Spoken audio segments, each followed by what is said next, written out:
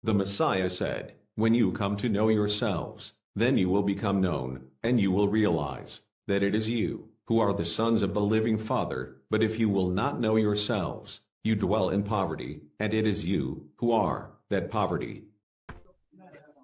Maraming salamat mga kapatid. Happy Sabbath sa inyong lahat. May konti akong updates na ibibigay sa inyo. Pero may gusto rin akong linawin.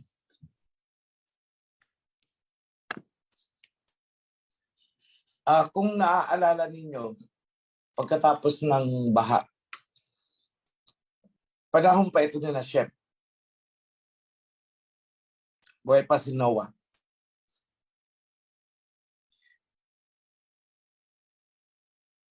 Nung humupa ang tubig, ang arka na sinakyan nila ay sumadsad. According to the scripture sa Mount Ararat. So, yan po ay nasa western part, nasa kanlurang bahagi ng Caspian Sea. Nasa Fertile Crescent na tinatawag. Ngunit, hindi nagtagal doon si Shem. Humiwalay ang lahi ni Shem.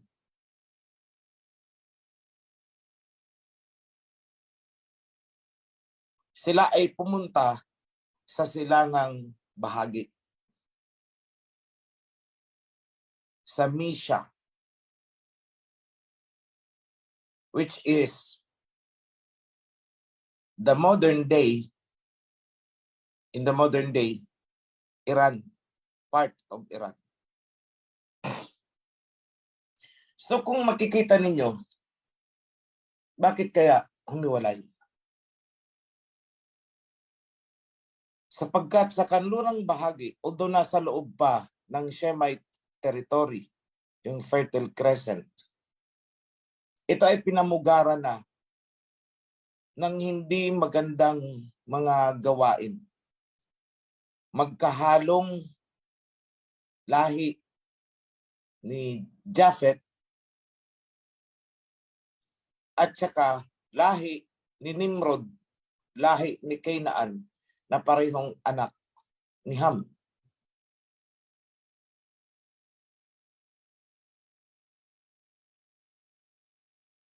So Nimrod, is pamangkin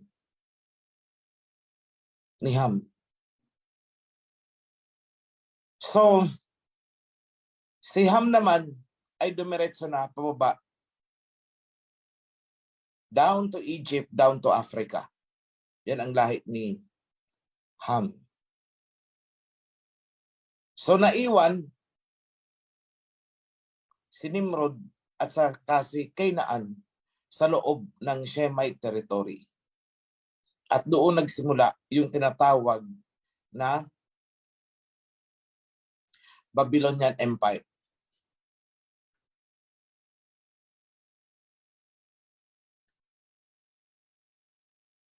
Yung mga panahon ng Anunnaki, doon yun sa lahi ni Japhet at saka ni Canaan sa Ur, sa Mesopotamia.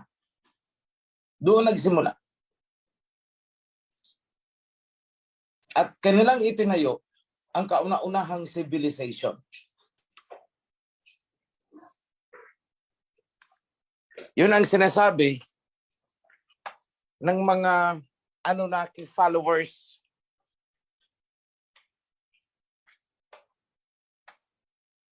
Na mas nauna daw ang mga Anunnaki sina Enlil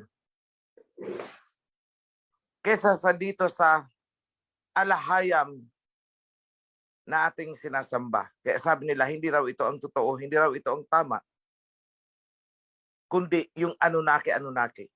Marami sa mga nakakilala at nakarinig sa aking mga mensahe ang nawala at bumalik doon sa Babylonian na pagsamba. Iba ang kinikilala nila. Nakakalungkot. So ang punto dito,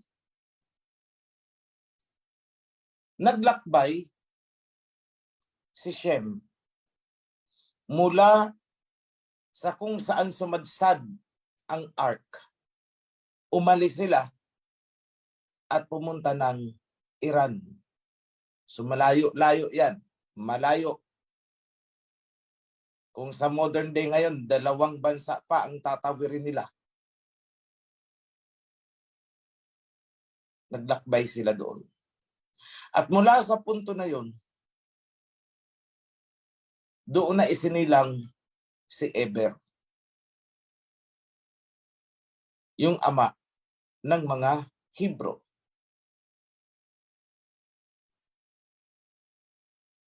Si Shem ang tinatawag na Semitic people. Mula kay Shem yan.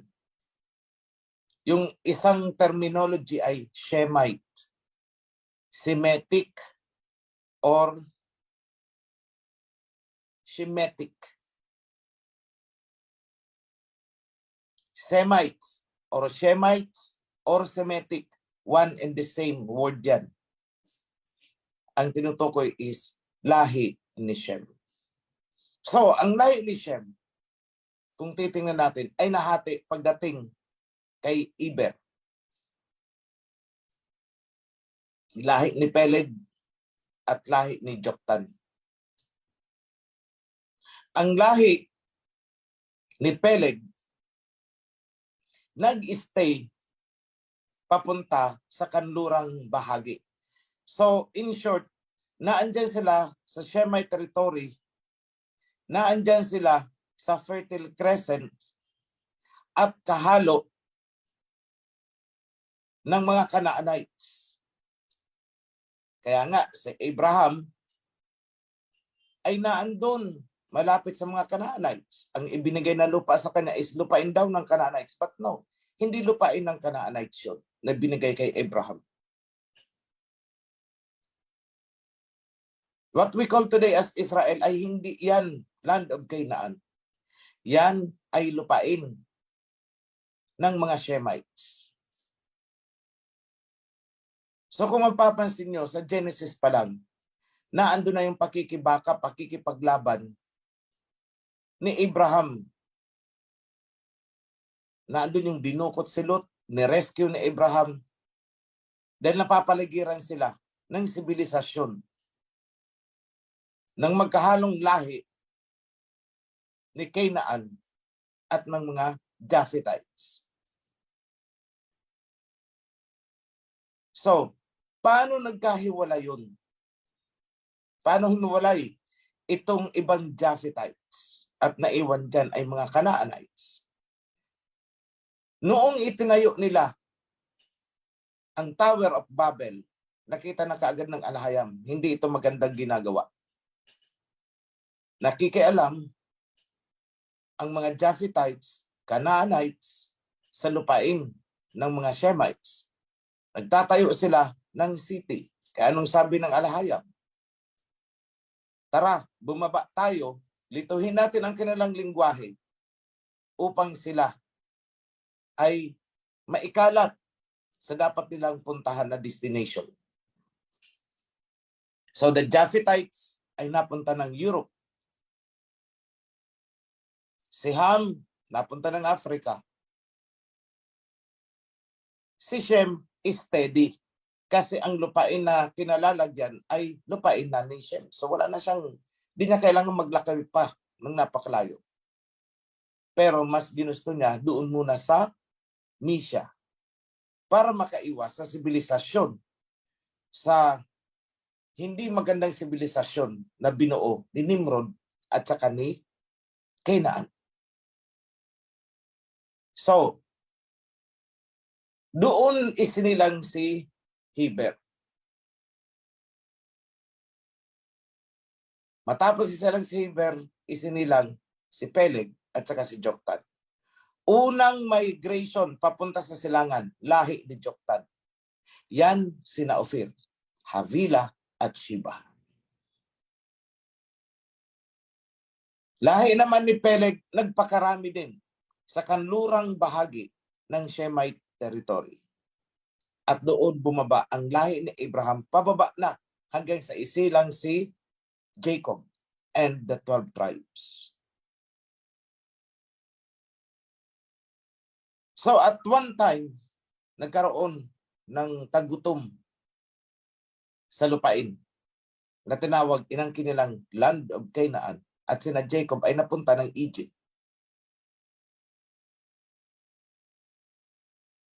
At doon dumami ng todo-todo ang mga Israelites. Nung lumabas sila ng Egypt, babalik sila sa pinanggalingan ni Abraham.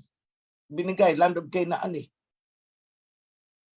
Kaya ang sabi nila is to retake the land of our ancestors na ibinigay ng Alahayam, the Alahayam of Abraham, Isaac, and Jacob.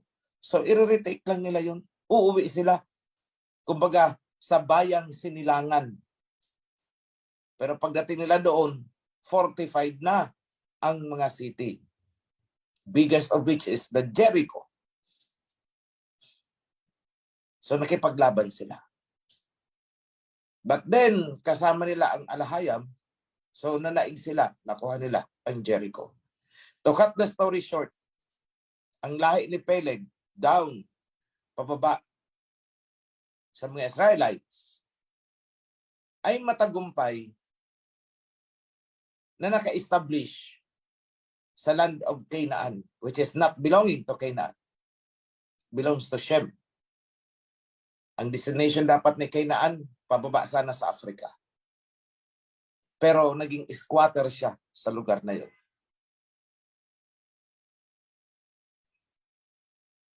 Later on, lahi ni Canaan ay naging Phoenicians. Nung nilabanan sila ng mga Israelites, ang iba sa kanila ay napadpad papunta sa Europe at doon isinilang yung tinatawag na Gadir, which is in modern day ay Spain. So itong mga Espanyol na to, mga Europeans na to, is a mixture of Japhethite and Canaanite blood. And Canaan is the carrier of the serpent seed.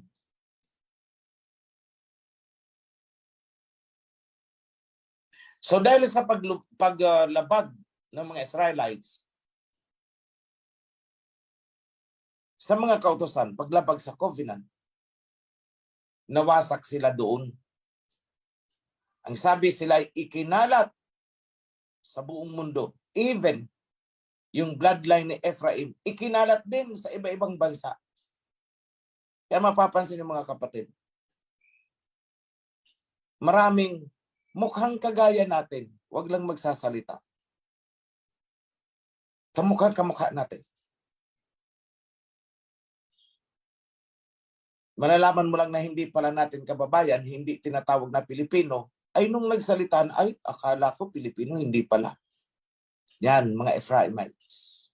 Kalat din yan.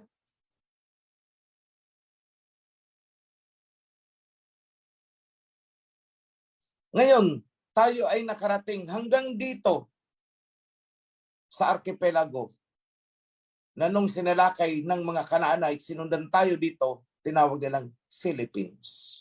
But this is land of Ophir. So kung makikita ninyo, tayo ay sinundan hanggang dito sapagkat sila ay mga colonizers. The Japhethites, the Canaanites are all colonizers. Mas mababait pa actually ang Hamites eh. May narinig na ba kayo sa world history na mga Africans ay nanlusob sa Europe at nanakop doon.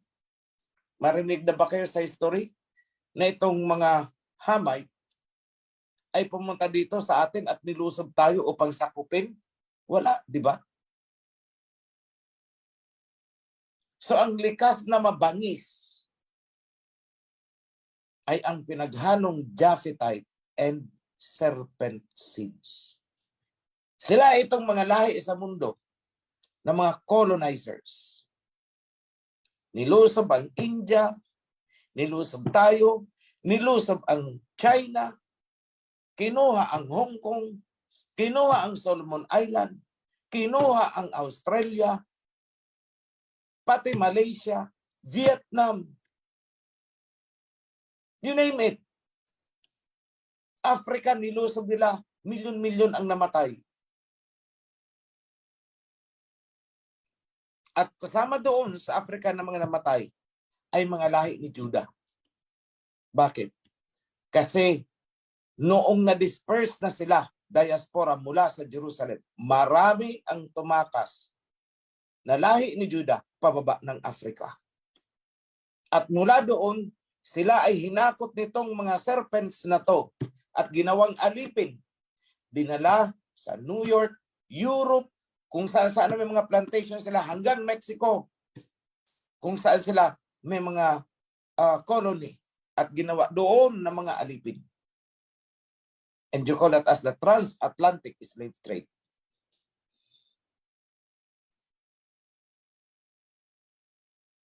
So ganyan na disperse ang lahi ni Israel, ni Jacob. At yan ay nagpatuloy hanggang sa kasalukuyang panahon natin. Ang laban ay hindi natapos doon sa panahon ni Joshua. Hanggang ngayon magpapatuloy. At magpapatuloy yan hanggat hindi nababawi ang lupain ng Jerusalem. So this will persist up to the future, in the very near future, which is yun ang i-discuss ko sa inyo. How it will happen. Pero bago tayo pumunta doon, may gusto akong itanong sa inyo. Dahil ito ang lagi nilang sinasabi tungkol sa mga Israelites. Tayo daw ay mga isinumpa ng Alhayam. Yes, there was a curse.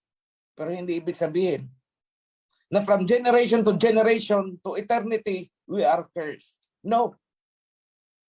Hindi po ganun. Hindi tayo isinumpa forever. Hindi. May limitation lang po yun. At ang limitasyon kung kailan matatapos ang sumpa na yun sa Deuteronomy 28, kung kailan matatapos yun, nakadepende po sa atin. Bakit? Ang sabi ng Alhayam ni Abayahawa, pag bumalik kayo sa akin, tapos ang sumpa. Return to me, and I will return to you. Yada. At tayo ngayon ay bumalik na. Although marami pang tribes ang hindi nakakakilala, hindi nakakaalam, ligaw pa rin. Pero tayo ay sumisibol na. Tulad ng nasusulat ni Prophet Ezekiel. At tulad sa blessing ni Jacob, ang setro ay malilipat mula sa tribe of Judah papunta sa tribe of Ephraim. Genesis pa lang sa blessing ni Jacob, nasabi na yan. At naulit yan, sinabi din ni Prophet Ezekiel. Tanong nyo na lang mga kapatid sa mga priest, where in Ezekiel yung sinasabi ko? Na pinakuha si Prophet Ezekiel ng dalawang stick, pag isahin mo sa dalawang kamay mo, sa kamay mo. Ganyan ko pag iisahin ang Judah and Ephraim. Magkakasundo sila. At doon mangyayari masusunod yung sinabi ni Jacob. The scepter, the ruler staff, will not leave Judah. Hindi mawawala kay Judah. Hanggat hindi dumarating yung kanino yan dapat ipasa. And ayon kay Prophet Ezekiel, to the tribe of Ephraim. To the one from Ephraim. And that is happening today. Nasa transition tayo. So, right now,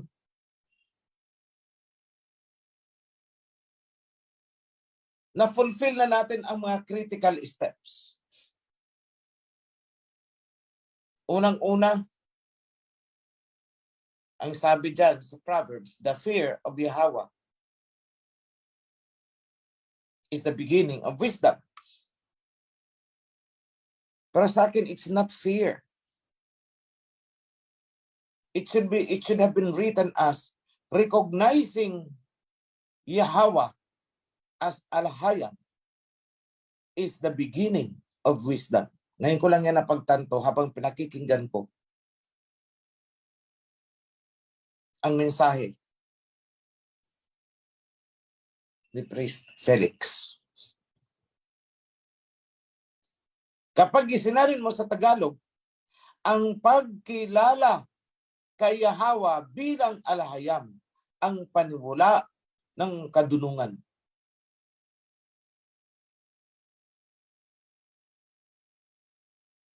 Ang pagkilala sa Kanya, ang pagtanggap sa Kanya. Yun ang simula ng kadunungan. And everything else will be revealed. Ipapakilala sa iyo, ipapakita sa iyo. And that happened. Nagsimula sa sincere desire na makilala natin ang ating Al-Hayam. Nakilala natin. Muling na-revive ang covenant at naisulat sa inyong mga puso at diwa ayon sa kasulatan. I will write my covenant in the heart of my people. And that is happening now. Kaya nga, naandyan kayo, nakikinig sa akin.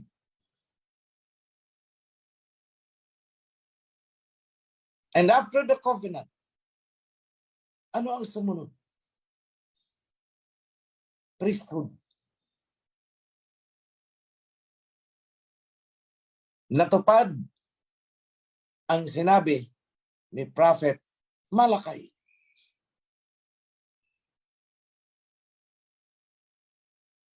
Sa Malakay chapter 3. And after the priesthood, the kingdom. Actually, buo na ang kingdom. Formal inauguration na lang ang gagawin natin. That is the coronation and the declaration.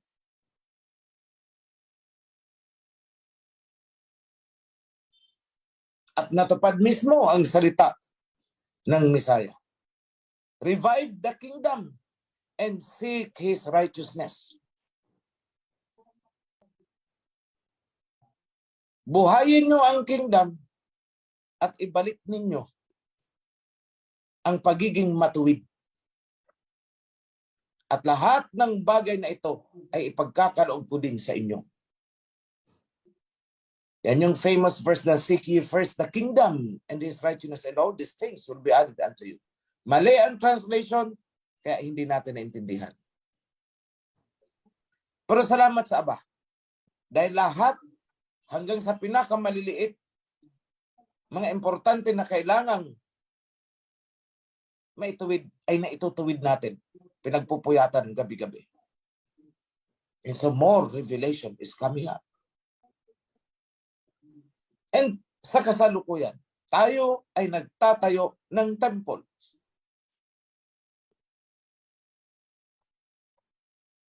Bakit? Dahil yun ang naisulat na ang mensahero ang magtatayo ng temple, magre-revive ng priesthood, magbabalik ng covenant. Malakay chapter 3 ulit. Pero alam niyo mga kapatid, napansin lang namin yan na nasusulat pala kay Prophet Malakay, ginagawa na at ginawa na natin. Saka palang natin nalaman na may nasusurat palang ganun na ito ang mangyayari. So hindi natin tinupad para posisyonan na kami ang nag-fulfill. Hindi. Hindi namin alam na ito palang ginagawa namin ay fulfillment na pala. Nalaman lang natin nung nakalkal na natin ang mga kasulatan. For myself, hindi ko alam na mensahero pala ako. Ang sabi ko noon, kartero lang ako tagahatid ng sulat. Parang taga-deliver ng LBC. Yun lang ang tingin ko sa sarili ko noon. Kaya sabi ko, wag ako ang tingnan nyo, kundi yung mensahe na inihatid ko. It's not the messenger, it is the message. Tingnan yung pakinggan nyo ulit ang mensahe ko dyan. Paulit-ulit kong sinabi yan. Nung ako'y inaatake, pinipersonal. So what I said, it is not the messenger. It is the message. At the time, hindi ko alam na mensahero pala ako Until one day, isa sa follower ang nagbigay ng Malakay chapter 3. Ikaw ito Hindi mo lang alam kasi Gulat ako, but it took me a year bago ko natanggap na oo nga pala siguro. May pasubali pa yun. But anyway, na-fulfill ang restoration of the kingdom, na-fulfill ang restoration of the covenant, the priesthood, and now we are building the temple. At habang itinatayo natin ang temple, may mga events na nangyayari na nailatag na sa Book of Revelation na yun ang mangyayari habang tayo ay nagtatayo ng temple. We are on the right track all along.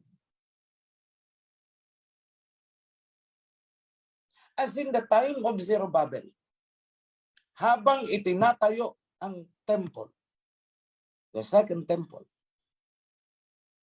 grabe ang kaguluhan na nakapaikot sa kanila. At kahit ngayon, the same ang senaryo. Habang nagtatayo tayo ng temple, nagre-revive ng ating kingdom, mula sa kanluran hanggang sa silangan bigmaan. At yun ang pag-uusapan natin ngayon. Because you need to know and you need to learn what is happening and what will happen soon. And everything has been written in the book of Revelation. Doon sa part kung saan tinalakay ang the four horsemen. As what I have told you.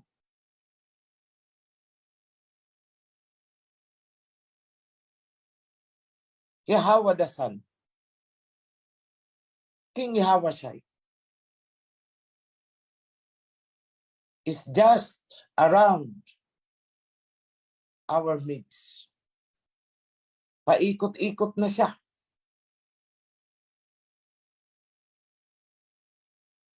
Talking to the kings and presidents of different nations.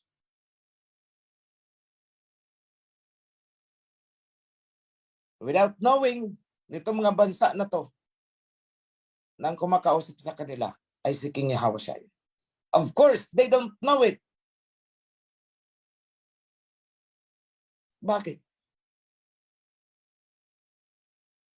No one knows the Father except the Son. And no one knows the Son except the Father. And yun. And kung kanino ipapaalam ng anak ang sekretong yan. So I am telling you now, King Yahushua is hopping from one nation to another nation, kakausapin ang isang bansa, mga hari, mga prime minister, mga president, ang iba'y tinatagpas niya, tinatanggal niya sa pwesto, at ang iba ay pinapatay niya.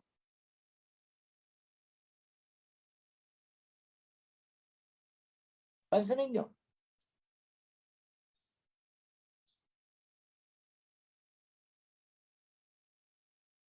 One just died.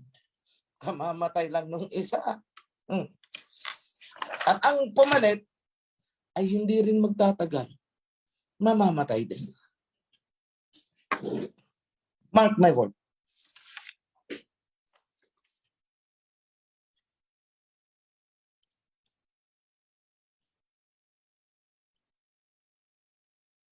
So what is happening now? Ito. Magsimula ako doon sa medyo malayo.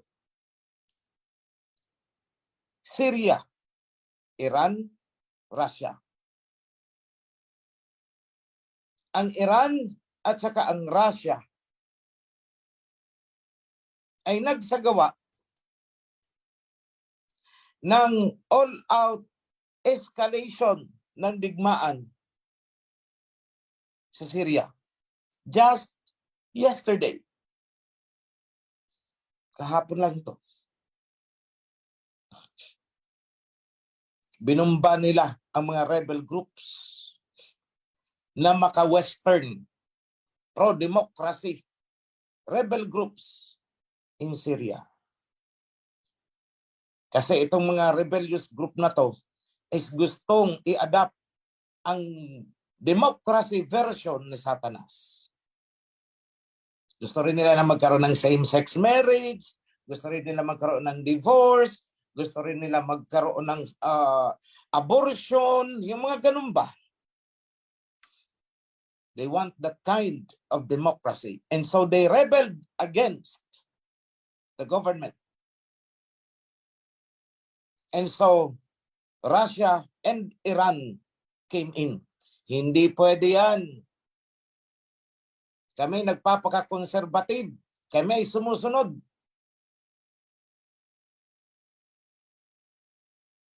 Hindi man namin buong alam ang covenant at ang pinakadetalye ng mga kautusan. Pero at least ayaw namin ng ganyang klaseng evil.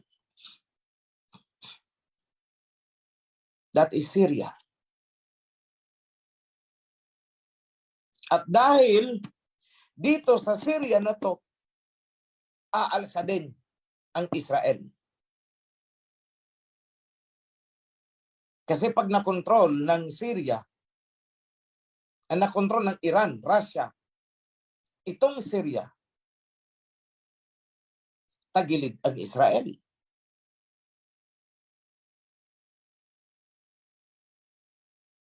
And who are these Israeli? Europeans. Hindi po yan yung Israel na ni Jacob. Mga colonizers yan na nagkukunwaring tribe of Judah. No, they are not Japhethites yan. Europeans.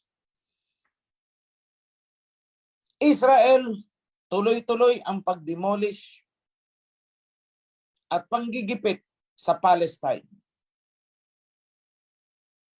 And all along, ang kumakampi, kanlungan ng mga Palestinians ay ang Russia. Kanlungan ng Syria is Russia. Kanlungan ng Iran is Russia. Nakikita niyo ba ang two witnesses? Russia as the witness.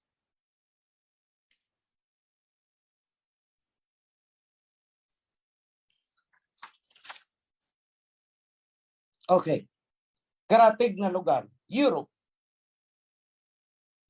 all-out war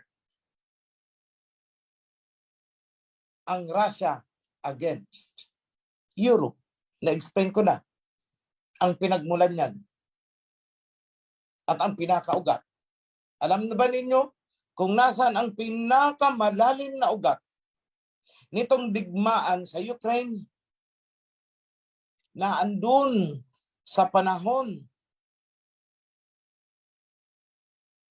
ni Ham, Japheth at Shem. Nung dinefine ang world territory, Crimea is the boundary. Yan ang dinaanan mismo ng territory ni Shem. To the left is Japheth. To the right, Shemite territory. Walang balak dyan na kunin yan ng Russia mula sa Europe. There is none. Pero bakit sinalakay at kinubkob ng Russia ang Crimea? And this time, ang Ukraine. At may mga isusunod pa. Why? Aaminin ko sa inyo, hindi na yan teritoryo ng Shemite, pero bakit pinakialaman ng Russia? Because itong mga serpent seeds ay nagtatambak ng war ammunitions, biolabs. At ang NATO ay kinokontrol at gagamitin ang mga lugar na yan upang salakayin ang Russia. So inunahan sila ng Russia. That could not be. Hindi kami papayag sa kabilang bakod lang na andyan kayo na parang mga magnanakaw na nakatutok ang mga missiles ninyo dito sa amin. So, Putin cleared the boundary of the Shemite territory on the west side, doon sa kanluran. Mamaya natin pag-usapan ang dito sa silang. So, noon sinanksyon, pinagkaisahan ng Europe at Amerika, ang pinaka leader talaga dyan is itong US. Isanksyon ang Russia. Okay, fine. Sinanksyon. At ang Europe ay nakiisa. Sinanksyon nila ng todo-todo ang Russia. Akala nila, mapababagsak na nila ang Russia through economic warfare. No, nagkamali sila. Dahil nung sinanksyon nila ang Russia, pinutol ng Russia ang energy supply going to Europe. Blackout talaga ang Europe. So nagra-ration sila ng cooking gas nila, yung gas nila, kumbaga sa atin LPG. Ang pinaiikot nila kasing laki ng super kalan ninyo, distribute sa mga bahay-bahay. That is what is happening now. Yung dating mayayabang at mapagmataas, ngayon, naghihirap.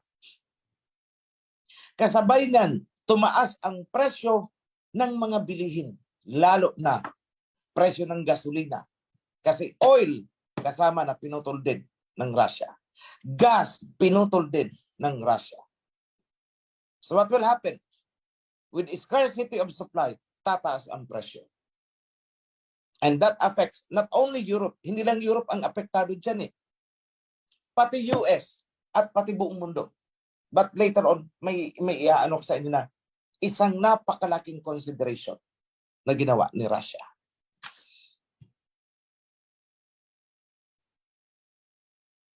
So, kung binasa ninyo itong sa Book of Revelation, the four horsemen,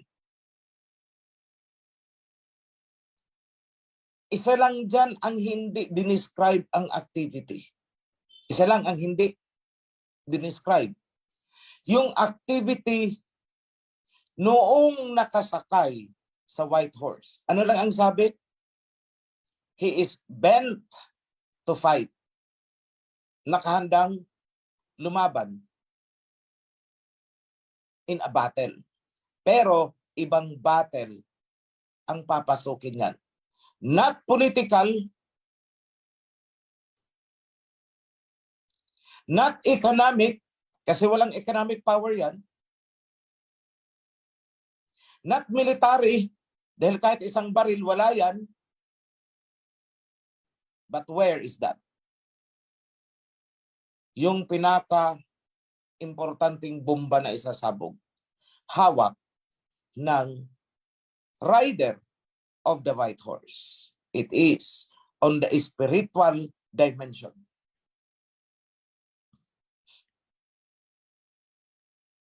At sa apat dyan na four horsemen, itong rider of the white horse lang ang sinabing, to him a crown is given. Siya lang. In the midst of this kaguluhan na to na nangyayari,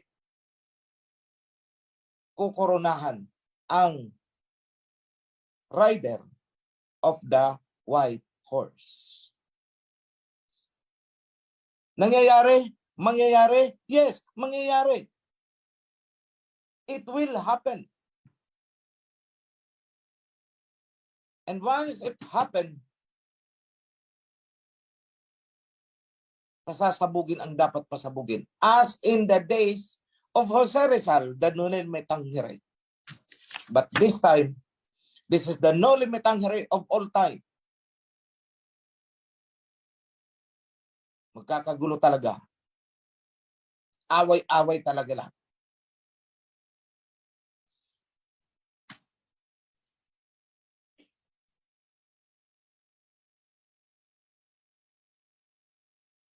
So, another thing na nangyayari sa Europe is famine. Taggutom. Hindi lang sa tumataas ang presyo ng mga pagkain. Mawawalan, kukulangin ng pagkain. Why? Bakit? Darating sila sa punto na magrarasyon din sila ng pagkain. At matutupad yung doon sa isang horseman na isang takal ng barley for a day's labor, ibig sabihin magrarasyon. Famine ang tinutukoy doon. Hati-hati, rasyon-rasyon. One loaf of bread, sige, isang araw. Darating sila dyan.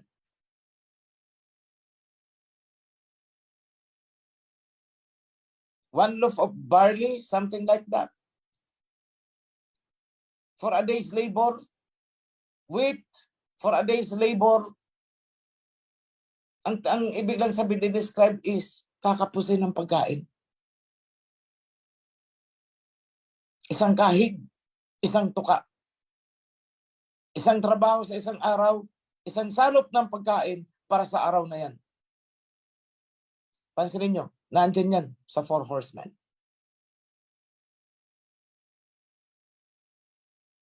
That will happen. Para sa kalaman ng lahat, ang Netherlands ang pangalawa sa pinakamalaking exporter ng pagkain sa buong mundo. Netherlands. Pero ang mga farmers ay nag-walk out. We will not cultivate the land. Kasi kalugian lang ang aabuti namin. With the rising cost of electricity, energy, rising cost of fertilizer, para kaming nag-suicide. So as you can see, if you do a little research, mga documentaries, mga farmers sa Netherlands, huminto na sa pagbungkal ng lupa. Tinatapos lang yung huling ani. Then thereafter, you will stop plowing the fields.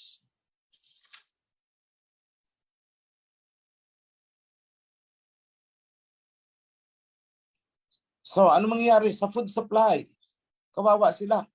Tayo dito, marunong tayong kumain ng laing. Marunong tayong kumain ng ginataang langka. Marunong tayong kumain ng kamote, kasaba. Sila doon. Wala. Gutom.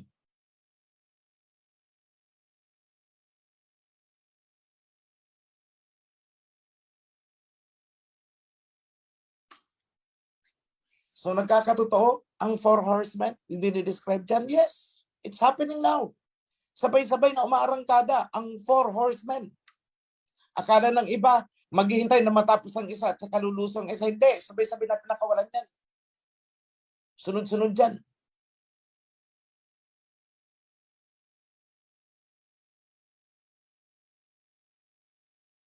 Imagine niyo, 4 na kabayo, nasa kwadra, isa-isang binuksan ang pintuan. Sige, larga, takbo silang 4. Ganyan po ang situation niyan. It's not one horse after the other. Hindi po ganun.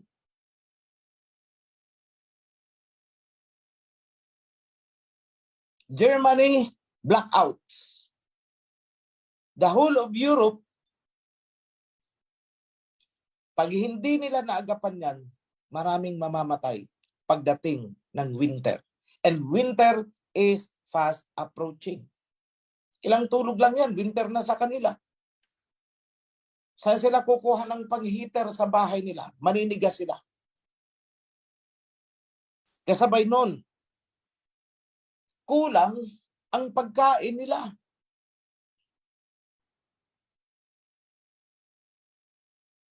So bakit lalamig? Lalo na itong Germany, the biggest economy in Europe. Bakit yan ang magsasuffer?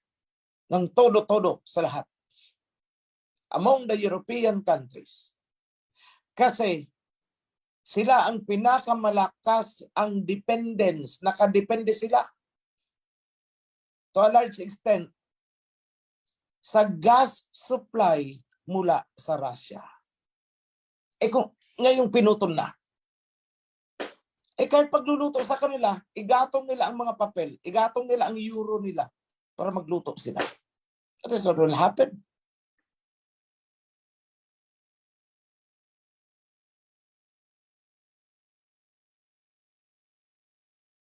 So in short, we are seeing a crisis. Ang epicenter is Europe at hanggang sa US. Mamaya may didiscuss din ako sa US.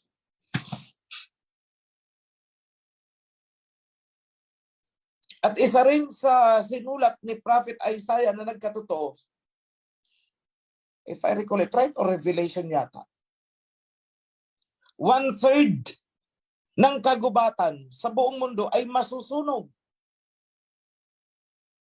Amerika ngayon, California, nako, parang impyerno.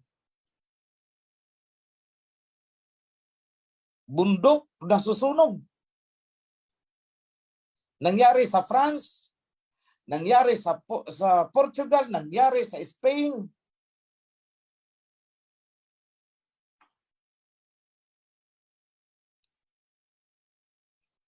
And it never happened to that magnitude across history. Hindi pa nagkaroon ng ganyang wildfire na ganyan katindi for all time. No, wala. Ngayon yan. Pagkatapos naman ng mga wildfire, andyan na ang baha. At pagkatapos ng baha, andyan na naman ang init. Extremes. So what will happen to the crops? Gutom.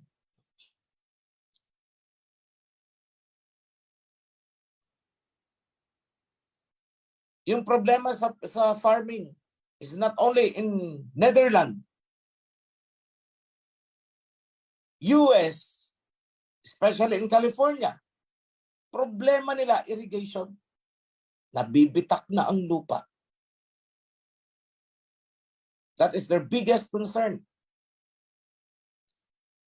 Isang metro pa daw na pagbaba ng tubig sa dam, ay wala na.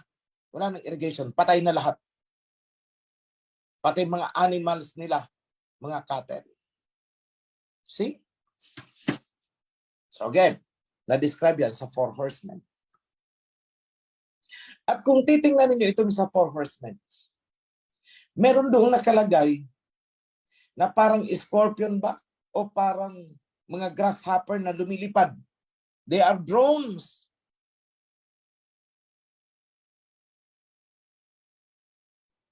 Drones. Na may mga dalang ammunition. Maliliit lang yan. Barely 1 meter yan. Bomba ang dala. Itong tumatakbo na sabi na parang scorpion, the way it was described.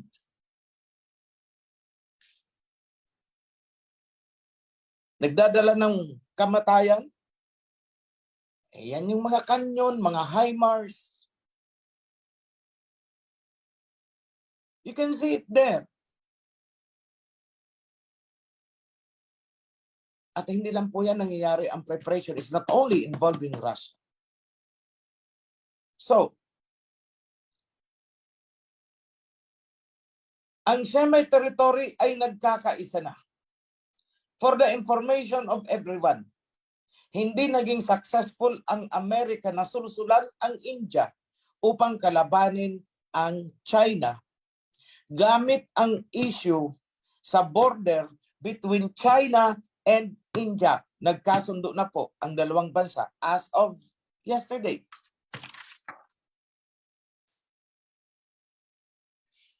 So nag-pull out na sa Ladakh yung forces of both sides. And what they said, there is a world crisis. This is not a time for us to quarrel. Sige. So, nagkaisa na sila. And you know, yung biggest military drill ginanap just a week or 2 weeks ago. Participated by several countries headed by China and Russia. Nandun ang North Korea, nandun ang from South America, Venezuela yata, nandun din. Iran na andun. And so you can see a consolidation of military alliances in the Shemite territory. Nakasulat ba sa Book of Revelation? Yes.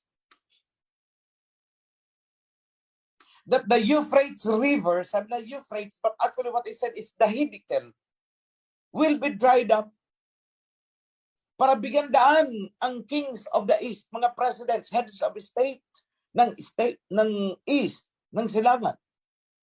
Kasama ang kanilang mga tropa, armamento. And that is forming before your very eyes.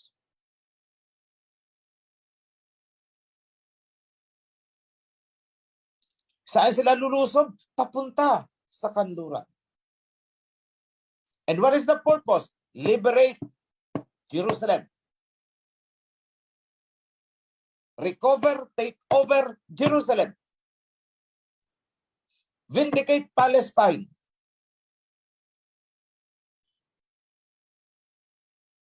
Joel chapter 3. Basahin nyo. Yan ang susunod. Kaya pumapalag ngayon ang Israel. At kinukondem na ngayon ng Russia ang Israel. Magkaaway na ang dalawa. No, nagdidiplomasyahan pa yan eh. But now, frankly and expressly, nagpahayag na si Putin ng condemnation against Israel. Turkey, kasama kakampi ng Russia, condemning Israel. Diba? Tinuro ko rin sa inyo. I presented that. Long time ago, 2 years ago, sinabi ko na ito, na mangyayari ito.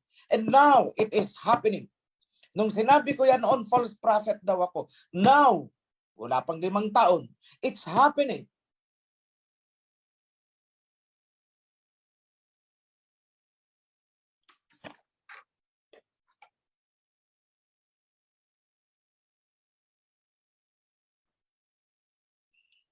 So habang nagkakaisa ang Shemite nations, nanggigigil naman at sumisingasing ang US.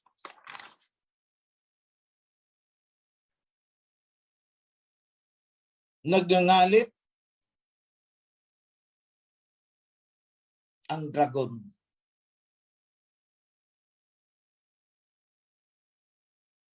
Let me talk about dito sa atin sa East.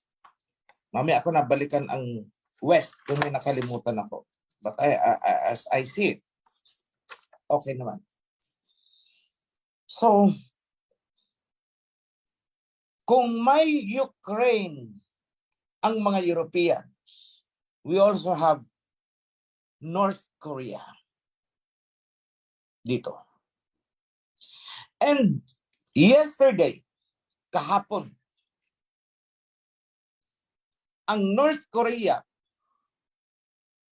kilala niyo naman siguro, si Kim Jong-un, nagdeklara na ang kanilang bansa is a nuclear power state and there is no turning back. That is irreversible. At ang sabi nila, we are capable of deploying intercontinental ballistic missile direct to the mainland of America, of US. Wala daw silang pakialam sa mga policy ng United Nations Security Council. Hindi sila magpapasaklaw. And the warning from the President mismo is, if provoked at the slightest provocation, they will automatically launch a missile attack against Japan, US, and South Korea.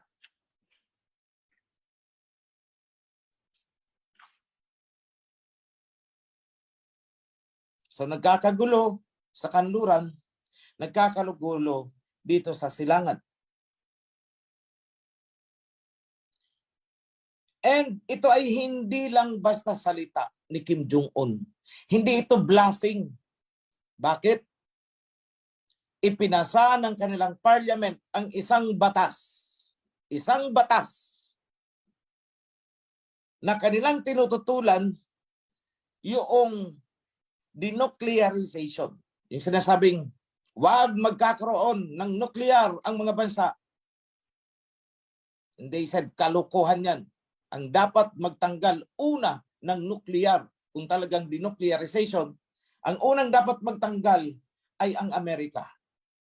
Hindi pwedeng i-impose ng United Nations at ng Amerika ang denuclearization sa Asia habang ang Amerika ay may nakaumang na nuclear sa Asia. Hindi pwede yan.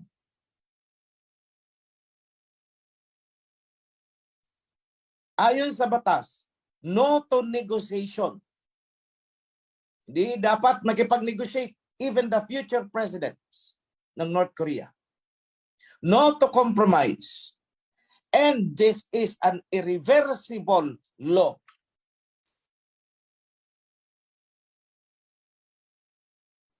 Walang bawian. Isang batas na hindi pwedeng bawiin, hindi pwedeng i-amend ng kahit sinong susunod na presidente ng North Korea. So siniguro lang nila na kung duwag ang susunod na presidente, wala nang magagawa. The only option is fight. At kanilang hinahamon ngayon ang US and the entire democratic world na mag-apply na kayo ng sanction. After all, mula nang naging bansa kami, isolated kami, sanay na kami dyan. I-sanctionin nyo kami, lahat na ng sanction. Sanction nyo kami ng 5 months, 5 years, 50 years, or 100 years. Go ahead with your sanctions. Immune ang North Korea sa sanction. Sanay sila, lugaw kung lugaw. But now, isa na silang fully nuclear state. So ano lang ang kanilang ipinaglalaban? Ayaw namin ng US control. So as you can see, China and North Korea magkaisa. Kalaban nila dito sa Asia is Japan, Taiwan, South Korea. So, sa kabila ng mga pangyayaring ito, ano ang role ng ating bansa? Ano ang dapat nating paninindigan? Nitong administrasyon ni Bongbong Marcos, and by the way, where is Bongbong Marcos? Hindi ba't hindi ako nagkamali ng sinabi noon? It happened. I don't know kung natuloy. Just anyone tell me kung natuloy siyang bumiyahe papuntang America, but that is one of his plans. I don't know kung natuloy last week. What did I say ng mga nakatalikod before election? Anong sinabi ko? Didila yan sa puwet ng mga Amerikano. Mark my word. Mark this day. I-diary nyo.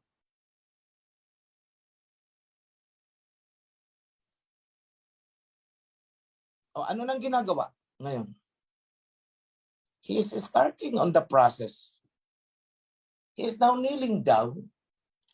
Bluetooth connected. Today is September 10. Saturday, 1:40 p.m. Mark that date on your diary. Lahat ng sinabi ko, huwag niyong kalimutan yan. And remember this. Ano ang palatandaan para masabi niyo ang nagsasalita ay isang false prophet? Ang nasusulat? None of his words will come true. Nothing comes true. So, kabaliktaran, the true prophet, the words of the true prophet come true. Bakit? Sinabi yan ng ating Yahweh Lahayam, I will not allow the words of my prophet to fall into the ground unfulfilled.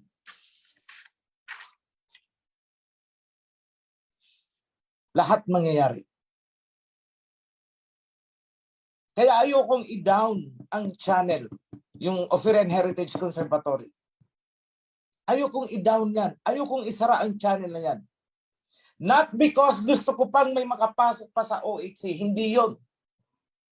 But I want that to be a testimony to everyone na ito ang sinabi ko noong petsa na ganito. Dahil hindi mo pwedeng dayain ang timestamp niyan. When was this uploaded? Suyurin nyo, balikan nyo. World Territory Series. Balikan nyo. Two Witnesses Series. Balikan nyo. The Matrix. Among others. And tell me, alin ang hindi natupad?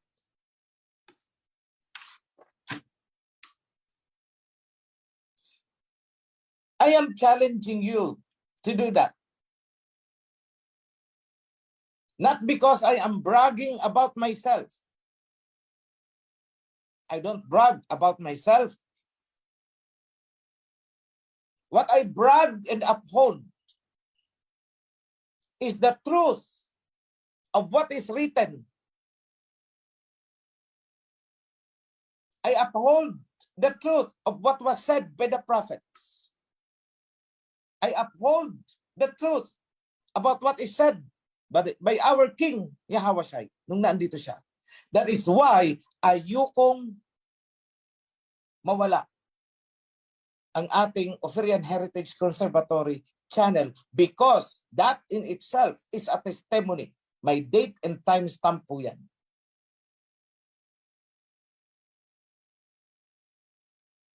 Before I was accused. False prophet. False prophet. Kaliwat kanan.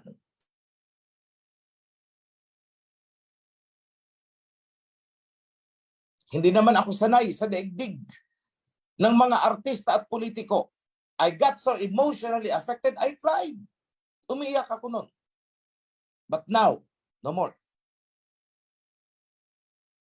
Nahasa na ako sa loob ng 2 taon. Hindi ako maninikluhod kahit kanino. Not to anyone. Isa lang ang luluhuran ko. Sa isa lang ako magbabow down. Yan ay ang ating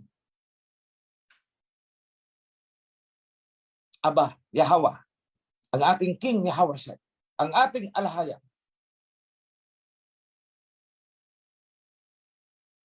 Because all the while, I was delivering, the Spirit was in me.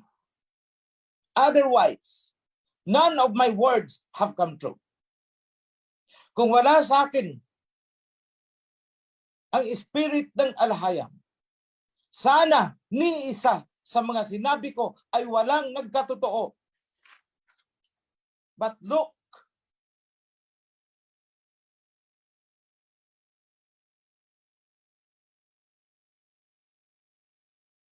it is there. Nasaan ang mga false prophet? Unti-unti nang nagkalaglagan. Still they practice religion. They went back. The accusers went back on their old ways. Kaya sabi ko noon, isa lang ang alam kong mag-a-accuse sa akin. Si Satanas at ang kanyang mga alipores. But where are they now?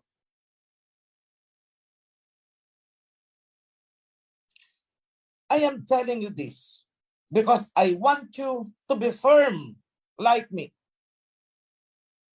Manindigan kayo. Maging matatag kayo. Dahil na-promise yan sa Book of Revelation. What did King Yahweh say? Yahweh say? I will surely protect you.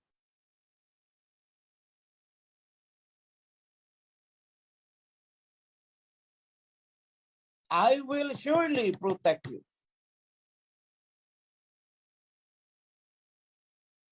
Anong kinakatakot?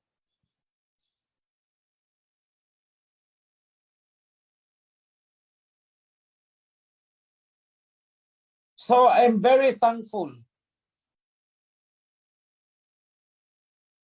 sa mensahe ni Priest Felix. Napakaganda. And I hope ito ay tumimo sa puso ng bawat isa. Alisin ninyo ang mga agam-agam.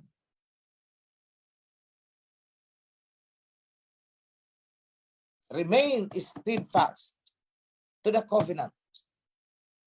Obedience and loyalty is what drives the power of a kingdom. And we are a kingdom. As what I have said, proclamation and inauguration na lang ang kulang natin. The formal announcement. Yun lang ang kulang natin. But right now, we are behaving as a kingdom. We have a one voice, one command.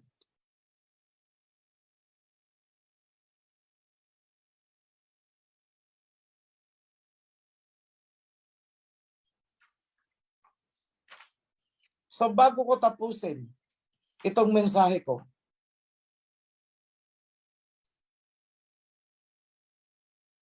nais kong ipaabot. And at the same time, hinihiling ko sa ating alahayang at ipinapaabot ko sa inyo ang pagpapala sa anumang inyong ginagawa. Kayong mga nagpapagal, hindi ko na iisa-isahin. Hinihiling ko ang kagalingan para sa may mga sakit, may mga dinaramdam, may mga pinagdaraanang challenges sa buhay. Hindi man kayo magsalita. Pero alam ng ating alahayam kung ano man ang inyong pinagdaraanan.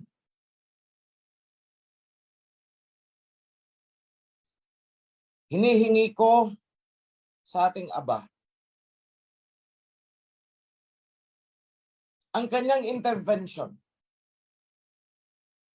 Ngunit ayokong pangunahan kung ano ang kanyang kalooban. Yun pa rin ang masusunod. So, in the name of Abba Yahweh and King Yahweh Shai, let me bless every one of you, from the oldest to the youngest, from the highest to the lowest, from the greatest to the least. Be blessed, everyone. Happy Sabbath and Shalom, mga kapatid. Be blessed. Yada.